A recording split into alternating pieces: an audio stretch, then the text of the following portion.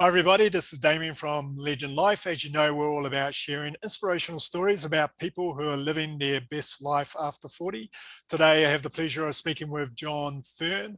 Jon is both a coach as well as an athlete in endurance and adventure sports.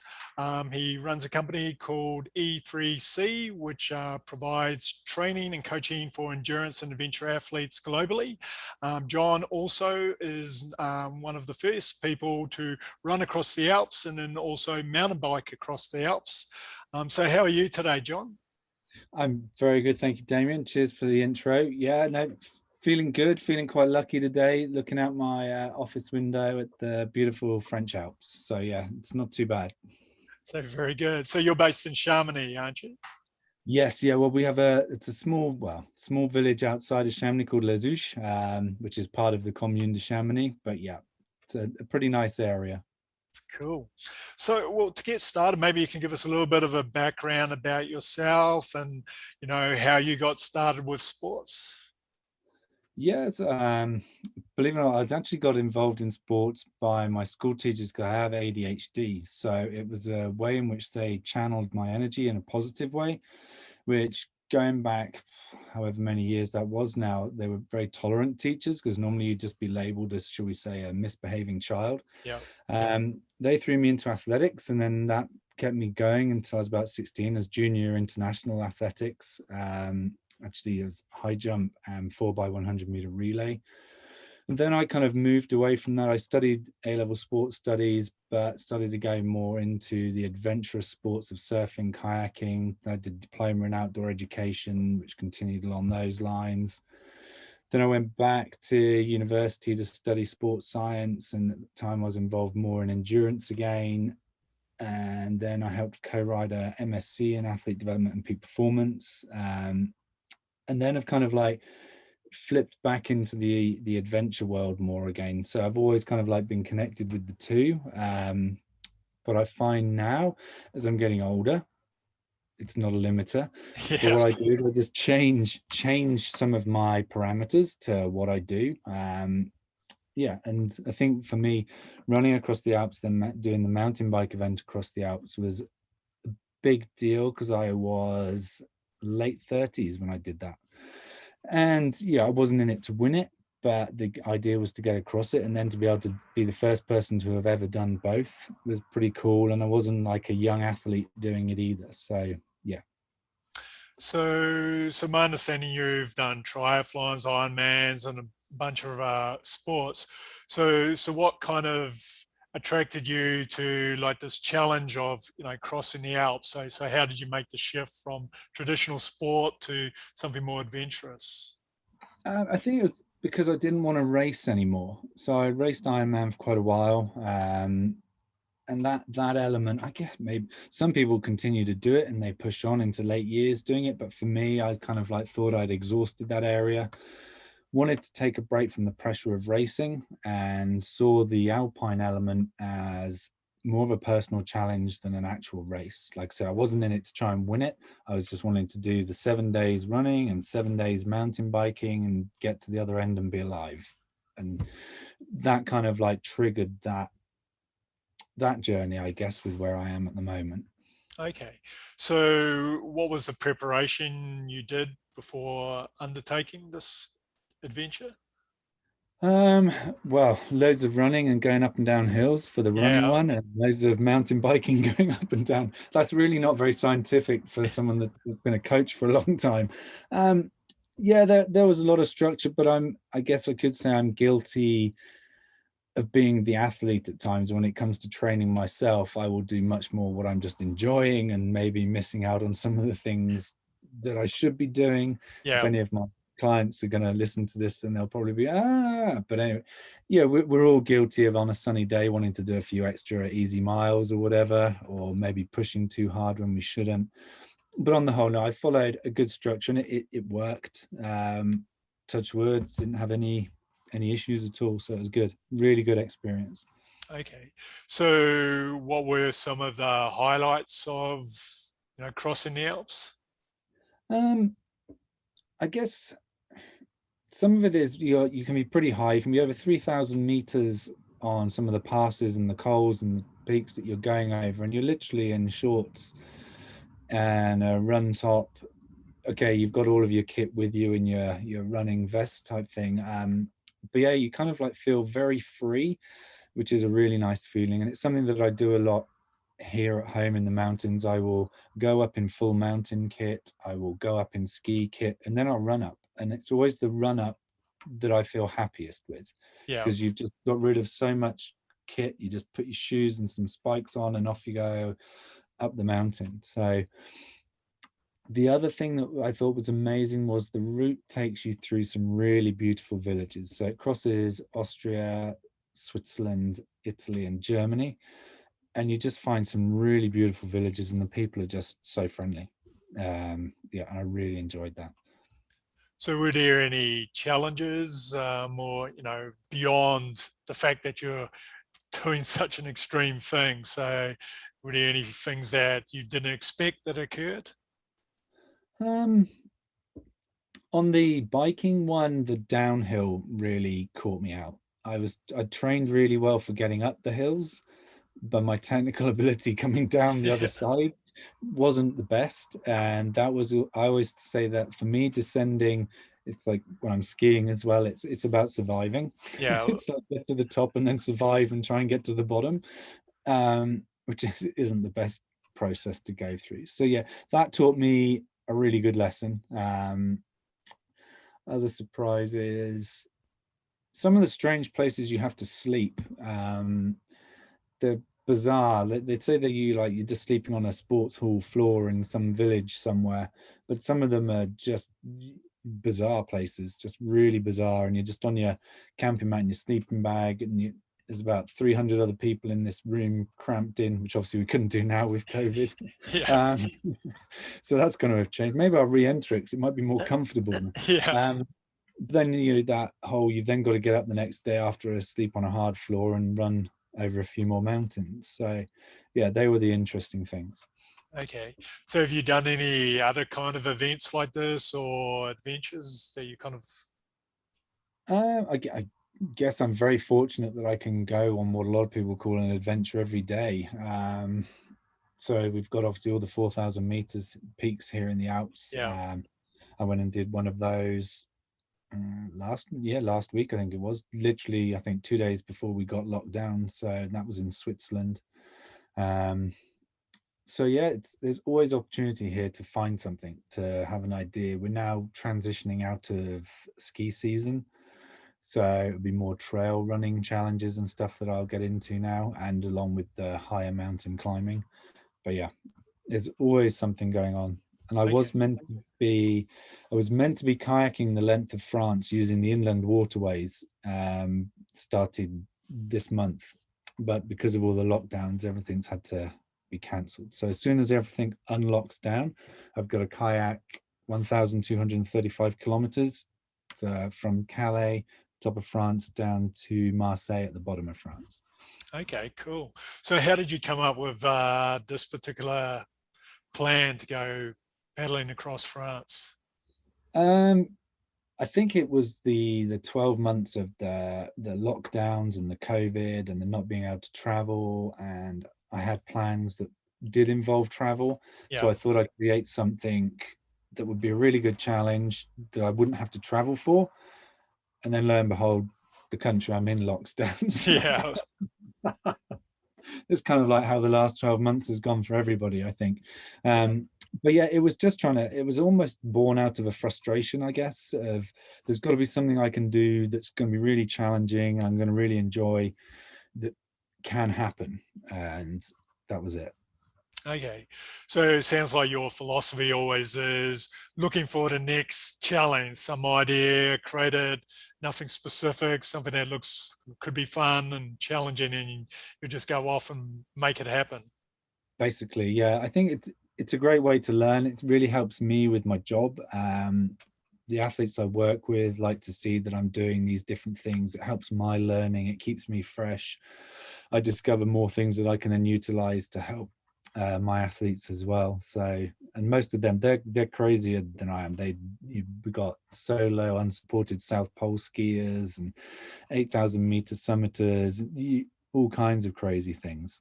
And in fact, the last South Pole athlete is a lady in her 40s and a mother of four. So, Okay, brilliant. and she was the fastest person to the pole against professional athletes. So age definitely isn't a barrier when it comes to this. No, definitely. So let's go talk a little bit about E3C and the coaching you do. So what's your focus specifically? So it's actually, so I've been doing it for now over 20 years. Predominantly it started with endurance athletes, majority of triathletes and runners, and then it expanded into mountain biking, road cyclists.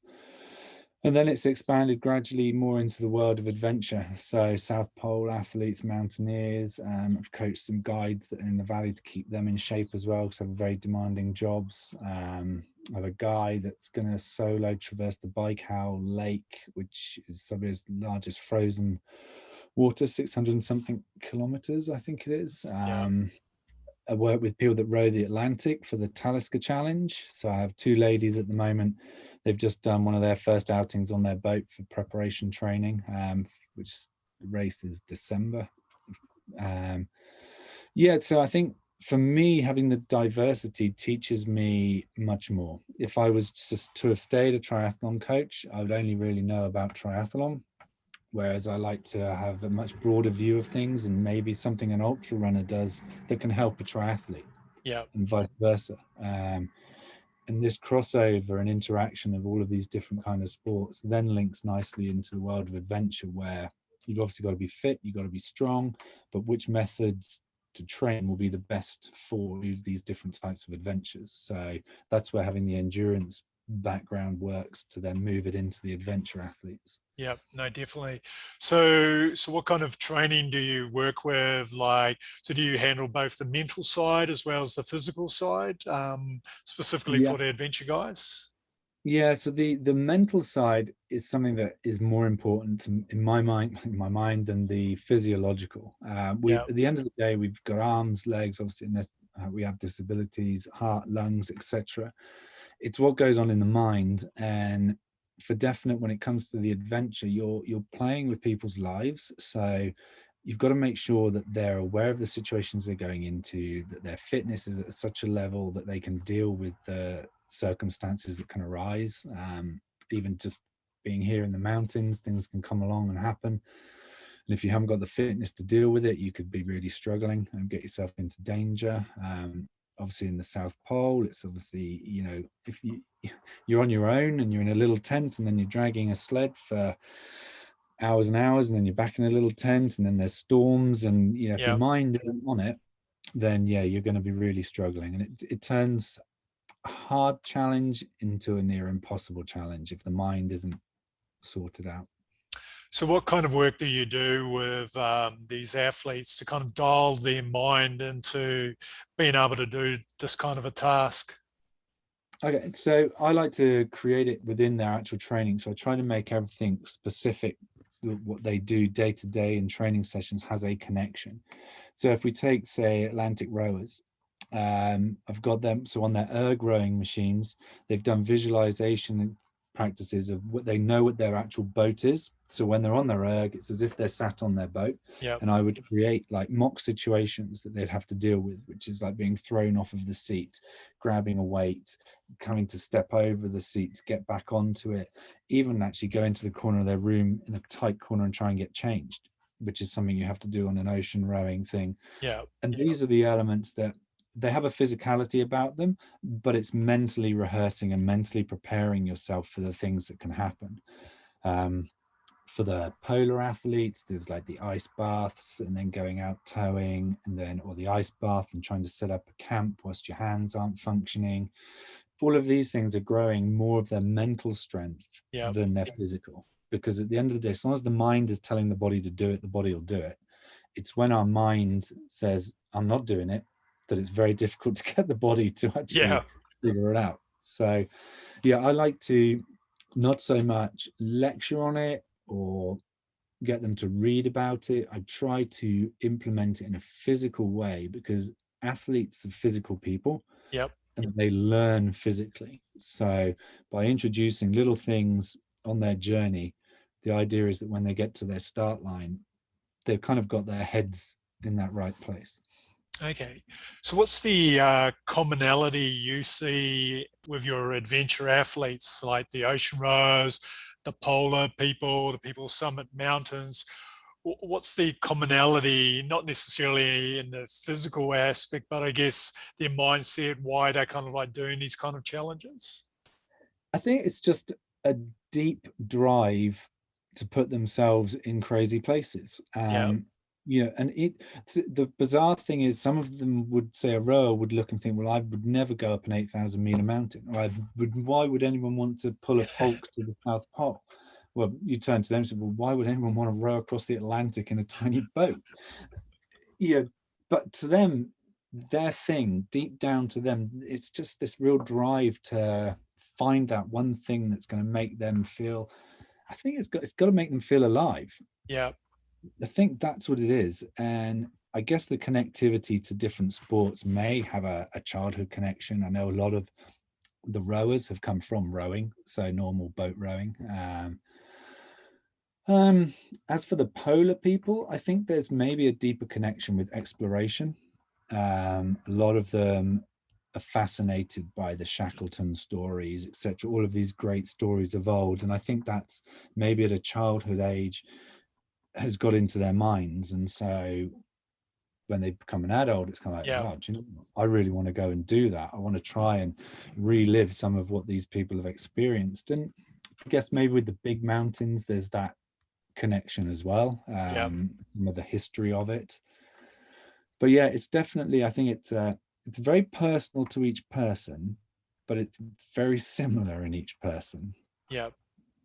I know it's kind of contradictory, but yeah. No, like each has a motivator which is a little bit different, but fundamentally it's the same base reason why they're doing it. Yeah.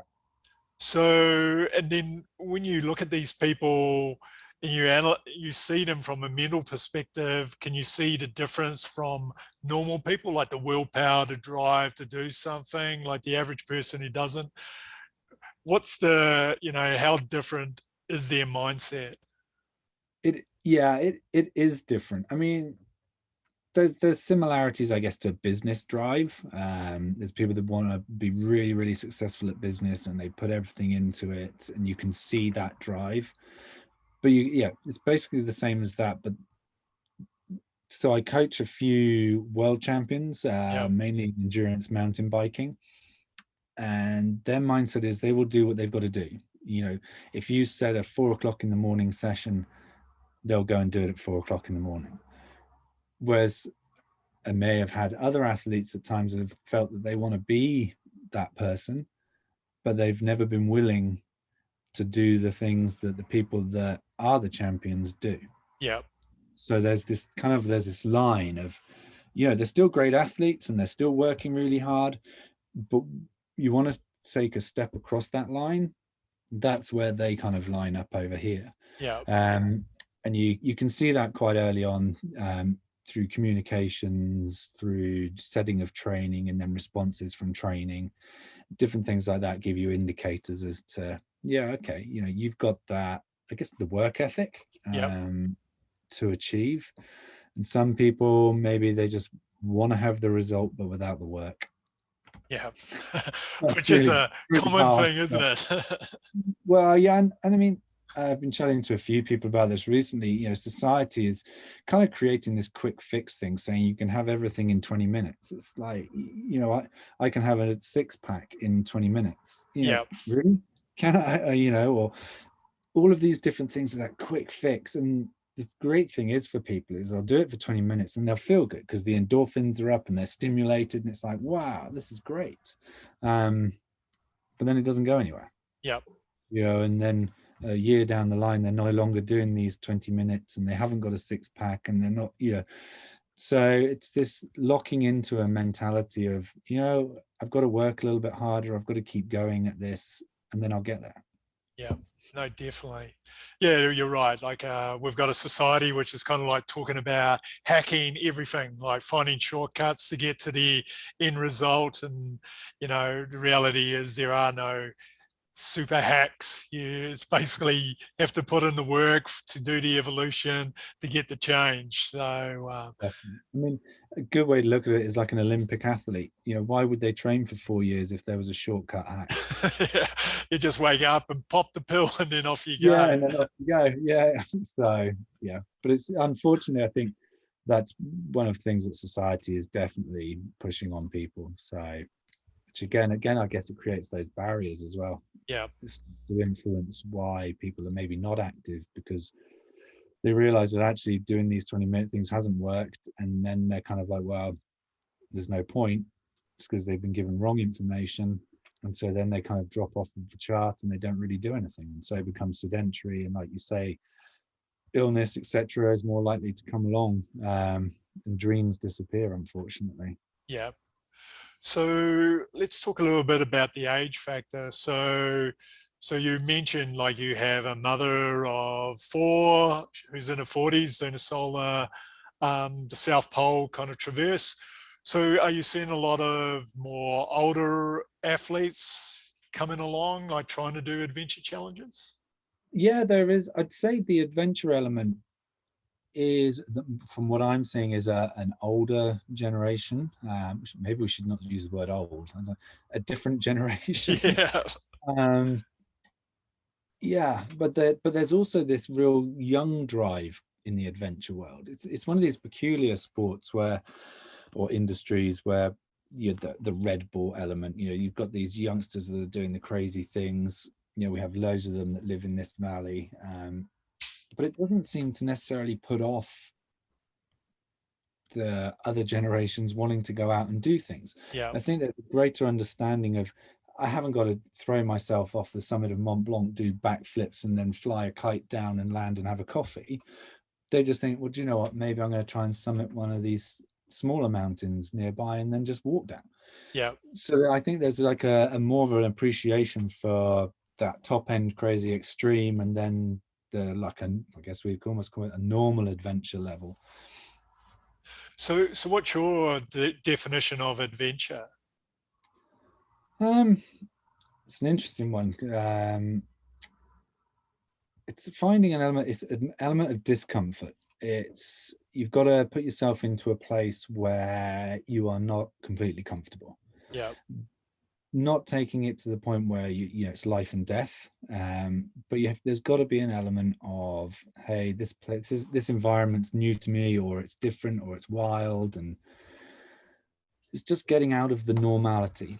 yeah, So an adventure could be, for somebody, could just be going for a walk in the woods. Yeah, that can be an adventure, because if that person's come from their sofa and trying to get active, that's a big deal. It's a big yeah, adventure for them to go in the woods. There's a lot of fears and things from walking through woods, etc. So that's an adventure. Just like me deciding that I want to run up one of the hills outside, I call that more of an adventure than it is an endurance activity. yeah. um, yeah, so I think it's very wide, very encompassing, but there just has to be the commonality of a little bit of discomfort. Okay. So being someone who obviously enjoys going on adventures, um, so what do you think are the benefits for people trying to add a little bit more adventure to their life? It's refreshing. It's so different to what you're doing day to day. It's so different. I mean, these methods of communication are amazing and they really open the world up. But we're spending so much time on electronical devices. Just going out and being in nature can actually start to recharge your personal batteries. It Yeah, can free your mind from a lot of the clutter that we carry around with us, from our phone, our computers, our work, everything that just seems to get locked in. If we can spend a little bit more time doing something and getting that little bit of discomfort away from our normal, it just gives a recharge. So like I say, I think for anyone, just going for a walk in nature is a really good thing to do. yeah. No, definitely. So what would you say to someone who has been thinking about wanting to do some kind of an adventure, but hasn't had the courage or keeps on finding excuses for not doing it? So what would you say to them? So I've just written an article. I just published an article on my website, which is called the fear from looking up. So we Okay. have this thing. So if I look out the window and I look up at Mont Blanc, I see this massive mountain and it scares me. It still does. It scares me. And the trouble with people is, or for us as a society, is we look to these goals and we just see this massive picture. It's this huge picture and it's scary and it's horrible and there's just no way I could ever do that.